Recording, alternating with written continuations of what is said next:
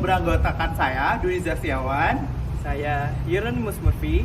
Saya Christina Desimarani. Saya Jab Marcella Devina Karumananda. Dan saya Muhammad Gofur Ramadan. Kami sekarang berada di... Museum Monumen Pahlawan Pancasila. Yuk, langsung kita lihat ada apa aja di museum ini.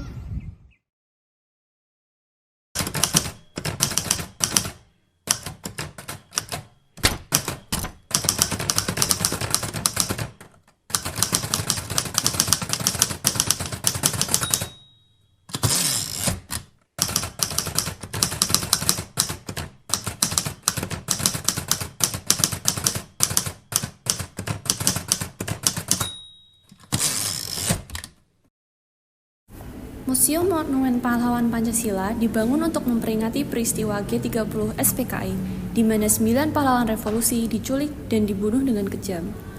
Museum ini terbuka untuk umum bagi masyarakat yang ingin mengenang atau mempelajari sejarah dan jasa para pahlawan revolusi, khususnya terkait peristiwa G30 SPKI di Yogyakarta.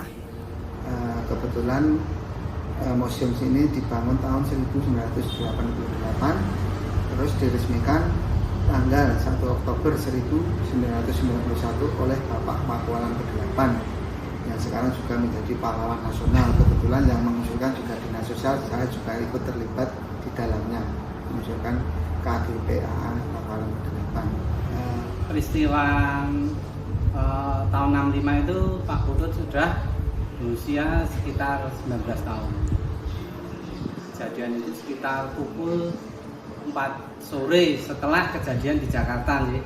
Kejadian di Jakarta, di Jogja, Pak Katamso sebelum kejadian itu memberi briefing kepada stafnya.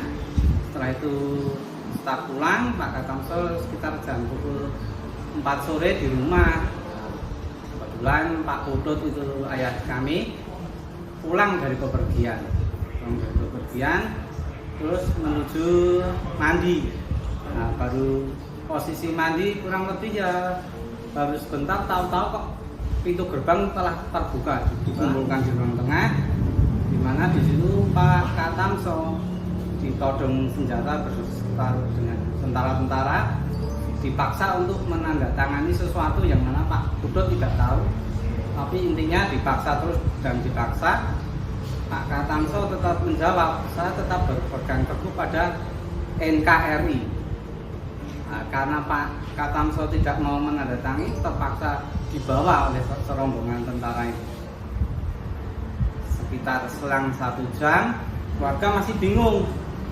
Nah, Pak Kolonel Sugiono pulang dari rapat di Semarang menuju ke rumah Pak Katamso, yang kebetulan yang bukakan pintu Pak Putut tadi, bapak saya. Pak Giono bertanya, "Loh, Dek, Bapak di mana?" "Bapak dibawa sama serombongan tentara." "Oh, kalau begitu saya susulnya." Terus Pak Giono pergi menyusul ya. Setelah itu blank, udah nggak ada berita, Mas. Kebetulan yang di Jogja ini yang terkoleksi di Museum Pahlawan Pancasila adalah baju yang pernah, baju dinasnya Pak Katamso juga ada, baju dinasnya Pak Sugiono kebetulan juga mungkin meninggalnya pakai baju dorong ini karena waktu itu dulu baru pulang dari Semarang terus datang ke sini. Ceritanya Pak Ariel tadi masih pakai baju dinas. Kalau Pak Katamso mungkin pakai baju piyamang nih Pak Ariel, dan karena sudah waktu sore mungkin sudah pulang dari kantor seperti itu. Kalau Pak Giono baru pulang dari rapat dari Semarang, masih pakai baju dinas. Koleksinya itu terus ada juga koleksi foto-foto penemuan jenazah itu juga asli. Itu mungkin dokumennya dari TNI AD waktu itu. Terus ada juga kunci mortir. Kunci mortir itu apa? Kunci mortir itulah kunci pelontar peluru yang jaraknya bisa 500 meter.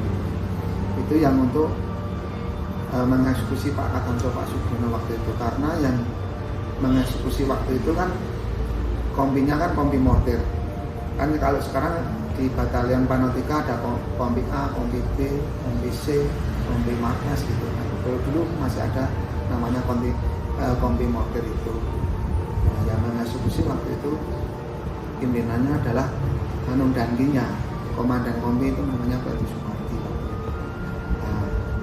kunci itu untuk memukul kedua pahlawan dari belakang. Jadi Pak Katamso dulu itu dibawa ke depan lubang itu, terus dipukul kepalanya pakai kunci montir dari belakang, beliau tersungkur terus dimasukkan ke lubang itu.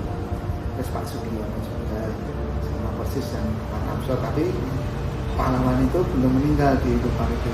Dia masih mendempur, masih bernapas, terus dilempari pakai batu-batu besar. Nanti bisa disut di situ ada batu-batu yang untuk melempari Pak Katamso. Terus ada juga koleksi dari sini, ada tank yang terpampang di taman. Mungkin bisa dilihat dari jalan, ada 2 tank Panzer itu adalah untuk membawa kedua pahlawan Pak Katamso, Pak Sugiono ke peristirahatan terakhir di Taman Makam Pahlawan Kusuma Negara, namanya tank Panzer. Terus yang sebelah barat sana juga mungkin kelihatan dari jalan itu adalah mobil gas itu buatan Jerman, itu yang untuk menculik Pak Katamso, Pak Sugiono. Di samping itu, koleksi dalam Museum Monumen Pahlawan Pancasila juga meliputi bangunan joglo berisi lubang buaya, pagar barelief, gedung tempat menyimpan koleksi museum, dan patung Brigjen Katamso dan Letkol Sugiono. Kedua patung tersebut mengapit bangunan joglo atau pendopo utama di mana lubang buaya Yogyakarta berada. Lubang tanah yang berada di bagian tengah pendopo tersebut merupakan bekas tempat dikuburnya 2 jenazah pahlawan revolusi. Area di sekeliling lubang dibangun menggunakan keramik. Tepat di atas lubang terdapat patung Garuda Pancasila berbentuk 3 dimensi yang menghadap ke arah utara. Pada dinding yang mengelilingi pendopo terukir 12 relief yang menggambarkan peristiwa G30S di Yogyakarta. Sementara itu, di sisi timur pendopo terdapat gedung tempat menyimpan koleksi terkait peristiwa G30S di Yogyakarta, seperti pakaian dinas Brigjen Katamso dan Letkol Sugiono yang disimpan dalam lemari kaca.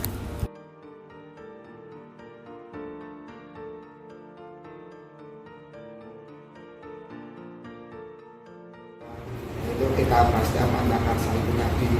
Nah, makanya banyak generasi muda yang sekarang nyuwun sewu di Yogyakarta itu banyak kelitih, banyak itu kan karena mungkin kurang apa ya Pak ya, kurang istilahnya mempelajari Pancasila itu seperti apa, ketuhanan yang Maha Esa itu apa, persatuan Indonesia itu apa, keadilan sosial yang seluruh Indonesia itu seperti apa, mungkin kurang memahami.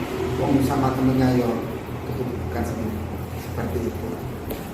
Iya, yang pada waktu itu beliau itu mempertahankan Pancasila. Beliau itu karena di mana formulasi Pancasila itu adalah yang terbaik. Di situ ada 5 agama, ya. Di situ kalau umpamanya nanti ideologi itu dirubah kan nantinya kan jadinya kacau, ya. Ini sampai saat ini yang terbaik tetap masih Pancasila bagi negara kita, ya. Peran dari Museum Monumen Pahlawan Pancasila adalah sarana untuk mengenang dan mempelajari bukti nyata dari sejarah kelam Indonesia di Yogyakarta. Monumen ini merupakan memorial akan salah satu usaha memecah belah kesatuan Republik Indonesia. Tak hanya itu, museum ini menjadi pengingat bagi generasi penerus untuk mendalami arti Pancasila serta memahami sejarah perjuangan pahlawan dalam menegakkan Pancasila. Sesuai dengan semboyan jas merah, jangan sekali-sekali melupakan sejarah. Pelajaran berharga yang kami dapatkan dari kunjungan museum ini adalah bahwasanya kita harus bersyukur dan menghargai jasa-jasa para pahlawan yang telah berjuang demi kemerdekaan Indonesia. Kita juga harus dapat meneladani sikap berani, jujur, pantang menyerah, dan berbudi pekerti tegur yang dimiliki oleh para pejuang. Sekian dari kelompok kami. Terima kasih.